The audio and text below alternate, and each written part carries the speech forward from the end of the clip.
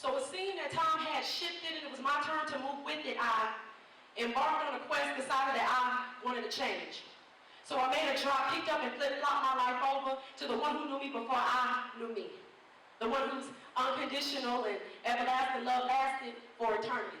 I mean, I was on fire, burning with desire to strive in this life that was of my father's. To where peace was in him, fear I did require, and guidance I needed. My very young being needed the guidance. Guidance no one could give me, so in this case, no matter what I did, I knew I would find contentment in him. So I got straight, said I believed in one faith, one God, one baptism. Cried my sins out on the altar, cleansed my mind, body, and spirit, hoping it would be different. Was told no man would know the time or date, but it didn't matter because I was ready for the day of his coming back. Now come back to the present. To where I stand in a position that is in no way ready to withhold God's plan from my direction. I'm in unmarked territory and can't carry the weight, so I just stop. Stop trying to repair my ways. Stop seeking for who I am, but instead trying to cover up imperfections by adding special effects like Instagram. Presenting a perfect photo for society's sake, but forgetting that the real photo is before the remake me. Let's retake this photo. For if a picture's worth 1,000 words and would last long, I would have nothing that is to be seen or heard for a lack of true words, hoping to scope and to find acceptance in a world that the one perfected get rejected. But see, my lack of initiative was with that one perfected. Because even though I didn't reject him, we weren't connected. Now why? I thought my fire was still burning bright, my spiritual light was dimming. Come on now. My meaningful, wholehearted prayers turned into, I'll pray later. Amen. I'll pray later. I'll acknowledge you later. But be quick to say, God got my back to haters. Now as time progressed, I digest the spirit of the world and bit by bit began to lose sight of all I had been enlightened with. So I got sidetracked into all that which was not for my view, and in the end shifted my view from God like something I didn't want to do because I knew that God knew that I was new to the Christian faith, so maybe I could get away with it. But subconsciously I thought about all I had been through and how you were the answer to my hardship. But whenever I was by myself, I was back on my knees asking him to show me his ways just a little bit. Word at my feet, gospel on repeat. Never would have made it. Never would have made it when I ain't moved yet. It was almost like a secret meeting where God could give him my praise and time when it was just him and me, but getting public and act like he never fazed me. So not speaking of his name because I thought I put him to shame with my lack of reflection of what a Christian was. I barely spoke it, provoked it, the enemy in because I felt maybe if I just didn't fool around with God, maybe the appeal of my ways didn't seem odd.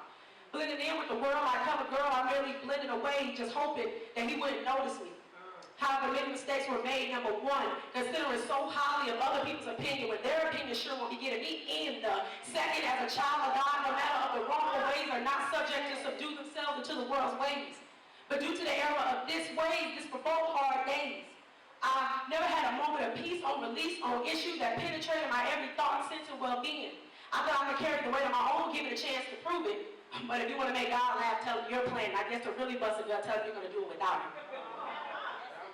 And I realized I can't do it without him. The peace that passes all understanding never left me standing alone, but like a child trying to ride their bike on their own without mommy or daddy, I thought I could carry the weight of whatever came at me. Forgetting that I didn't need to, for Jesus' body nailed and hung to the cross verified that I was free.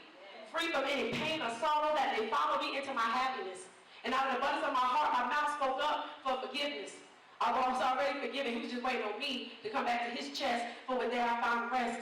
When much is given, much is required. He's blessed me with my testimony, so I may bless you. Thank you. My second spoken word piece is called Spiritual Warfare. Yes. This mask was designed to organize preoccupied lives because behind this mask you don't know my identity or anything about me. This mask covers up various personalities that possibly could be your best friend or your worst enemy. Sometimes our enemies study us more than we do with the knowledge they gain and want true joy to bring us great pain because remember Satan was a friend before the name change. Be aware. Because when you're unaware of what he'll do, Satan will make bait out of you, turning your puddle of sin into a pool, and as you drown in deception, he comes as jaws coming to feast on his new possession. Satan is watching. See, while we're trying to stop a movement for the right, he is all right and patient. But if you ever begin to question God's existence or wonder where he is, remember the teacher's always quiet during the quiz.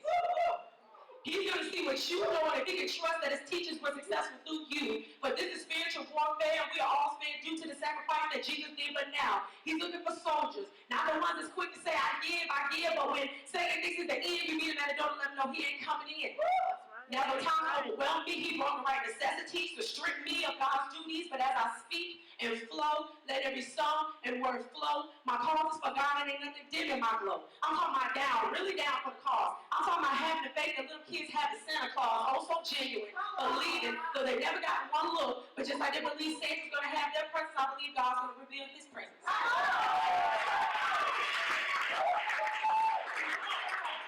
Spiritual warfare is real. The cosmic war between God and Satan. You held on for a while, Satan, but now take it back what belongs to me. Because see, he only takes what you let him, and he only devours the ones who beat themselves down. Because confusion is the mind's mortal enemy. It causes us not to think logically. You know that enemy knows you better than you do. You've been studied, examined from birth. He did his research early to prepare for the hurt, but we must remember the works of God. But at the same time, we need to start building a connection with God. So I say all that to say to stop asking God for blessings that are bigger than the relationship that you have with him. It is so easy to say, I love you, I trust you. For God I live and for God I die. But when a war breaks out, you see the same ones that's on the sidelines that's not even trying. Folks are dying of themselves, being reborn to the way of Christ. And are prepared to go to the front lines, to defend to the end. But how far are you willing to go? Spiritual warfare is real. I say spiritual warfare is real. Devouring anything and anyone who will conceal the fear within them, give it to God.